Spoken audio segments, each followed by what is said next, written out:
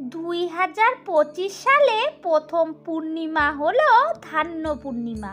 বছরের দ্বাদশ পূর্ণিমার মধ্যে শ্রেষ্ঠ পূর্ণিমা হচ্ছে এই ধান্য পূর্ণিমা তিথি।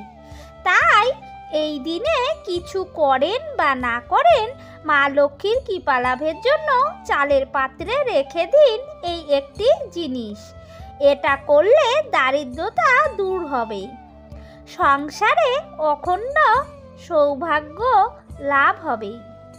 আজকের ভিডিওটি অনেক গুরুত্বপূর্ণ, তাই পুরো ভিডিওটি দেখার অনুরোধ রইল। নমস্কার বন্ধুরা, রিয়ান সোনা সুচরিতার আরেকটি নতুন ভিডিওতে আপনাদের সকলকে স্বাগত জানাচ্ছি। এরকম সনাতন ধর্মের ধর্মীয় তত্ত্বগুলোকে আপনাদের সামনে উপস্থাপনা করার আমি চেষ্টা করি। আসুন কিছু সময় গুরুত্বপূর্ণ তথ্যগুলো জেনে নেই। তো ভিডিওটি দেখার পর যদি কোনো অংশ ভালো লাগে আমার চ্যানেলটি সাবস্ক্রাইব করে নেবেন বন্ধুরা। পাশে থাকা বেল বাটনটি অন করে রাখবেন, আমি যখনই নিত্য নতুন ভিডিও আপলোড দেব আপনাদের কাছে পৌঁছে যাবে। একটা লাইক কমেন্ট শেয়ার করতে ভুলবেন না, শেয়ার করে দেবেন আপনাদের প্রিয়জনদের মাঝে।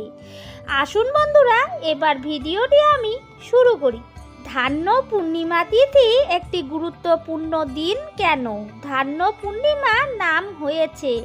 কারণ পৌষ মাসে এই পূর্ণিমা তিথিকে ধান্য পূর্ণিমা বলা হয়। এই সময় অনেকেই ভক্তি এবং শ্রদ্ধার সহিত মা লক্ষ্মীর উদ্দেশ্যে এই পূর্ণিমার ব্রত করেন, মা লক্ষ্মীর পুজো করেন। পুজোর সময় লক্ষ্মী দেবীকে কিছুটা পরিমাণ ধান নিবেদন করতে হয়, যে কারণে এই পূর্ণিমার নাম হয়েছে ধান্য পূর্ণিমা। ইষ্টদেবের কৃপা লাভের জন্য শ্রেষ্ঠ দিন এই পূর্ণিমা তিথি।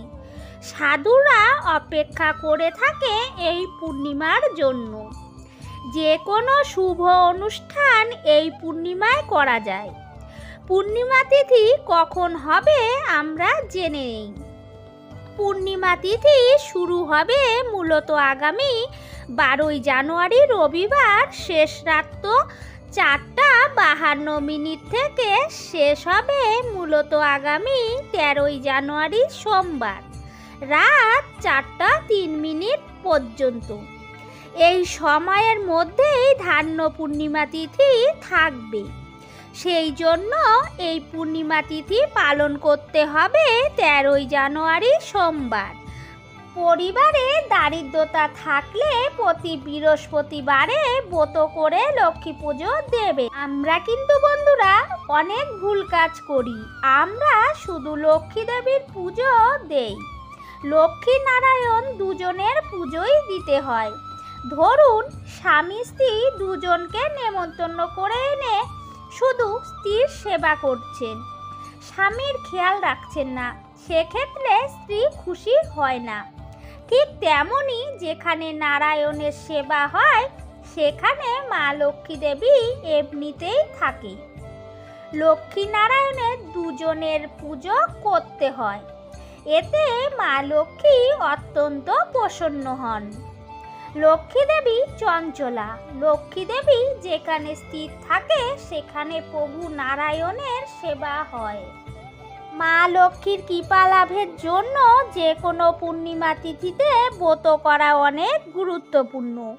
পূর্ণিমার আগের দিন সংযম করতে হয়, নিরামিষ আহার গ্রহণ করতে হয়। পূর্ণিমার দিন সকাল সকাল উঠে পূর্ব দিকে তাকিয়ে একটা প্রণাম করা উচিত সূর্যদেবকে। সূর্যদেবের কৃপা নিয়ে দিনের শুরু করা উচিত। ভোরবেলা স্নান করে তুলসী দেবীকে জল নিবেদন করতে হয়। তুলসী দেবী সেবা করা উচিত প্রতিদিন। যে বাড়িতে তুলসী সেবা হয় সেই বাড়িতে লক্ষ্মী দেবী ভগবান বিষ্ণু দুজনেই অবস্থান করে। তুলসী দেবীর নাম হচ্ছে বৃন্দা দেবী। যেখানে বৃন্দা দেবীর সেবা করা হয় সাক্ষাৎ বৃন্দাবনের সেবা হয়। ভগবান সেখানেই অবস্থান করে। যেখানে তুলসী দেবীর সেবা হয়। পূর্ণিমার দিন প্রভাতকালে তুলসী দেবীকে জল নিবেদন করবেন। ব্রতের নিয়ম হলো সারাদিন আহার না করে পুজো দেবার পরে মা লক্ষ্মী ও নারায়ণের সন্ধ্যাকালীন পুজো দেবার পরে ওই প্রসাদ গ্রহণ করে তার প্রসাদ পাবেন। পরের দিন পালন করবেন। যারা ব্রত করবেন না তারা ফলমূল গ্রহণ করতে পারেন সারাদিন।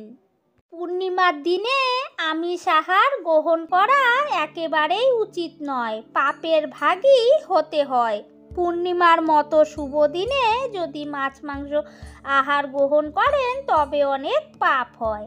দান করলে চন্দ্রের দোষ থাকলে কেটে যায়। জীবনে সুখ শান্তি চন্দ্রদেবের সুদৃষ্টির ফলে হয়। যাদের জীবনে চন্দ্রের অবস্থান ভালো থাকে তাদের জীবনে দাম্পত্য জীবন তাদের খুব সুখকর হয়। পূর্ণিমার দিন দান করার মাধ্যমে সেই দোষ কেটে যায়।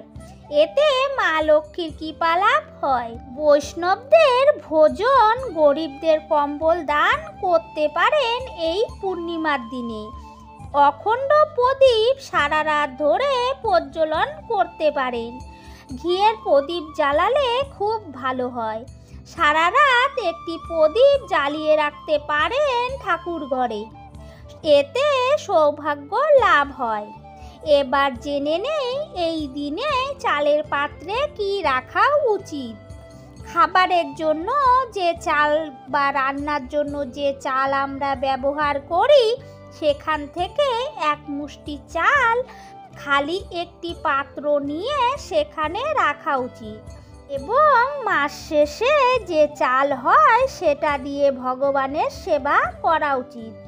বা খিচুড়ি তৈরি করে ভগবানকে ভোগ নিবেদন করে সেই প্রসাদ বাচ্চাদের মাধ্যমে সকলের মাঝে পরিবেশন করা উচিত। এতে মা লক্ষ্মীর কৃপা লাভ হয়, ভগবানের কৃপা লাভ হয়। শাস্ত্রে বলা আছে, বিষ্ণু পুরাণে, শিব পুরাণের কথা, আমরা যে টাকা প্রতিদিন ইনকাম করি তার 3 ভাগের 1 ভাগ ভগবানের সেবায় দেওয়া উচিত। হরে কৃষ্ণ। আশা করছি আজকের ভিডিও থেকে কিছুটা হলেও সমৃদ্ধ হয়েছেন। যদি ভালো লাগে একটা লাইক, কমেন্ট, শেয়ার করে দেবেন সকল বন্ধুদের মাঝে। নতুন বন্ধুরা সাবস্ক্রাইব করে চ্যানেলটির পাশে থাকবেন। সবাই ভালো থাকবেন, সুস্থ থাকবেন। আমার পুরনো এবং নতুন বন্ধু সবাইকে অনেক অনেক ভালোবাসা আমার পাশে থাকার জন্য। এভাবেই আমার পাশে থাকার জন্য আমার সকল বন্ধুদের অসংখ্য অসংখ্য ধন্যবাদ।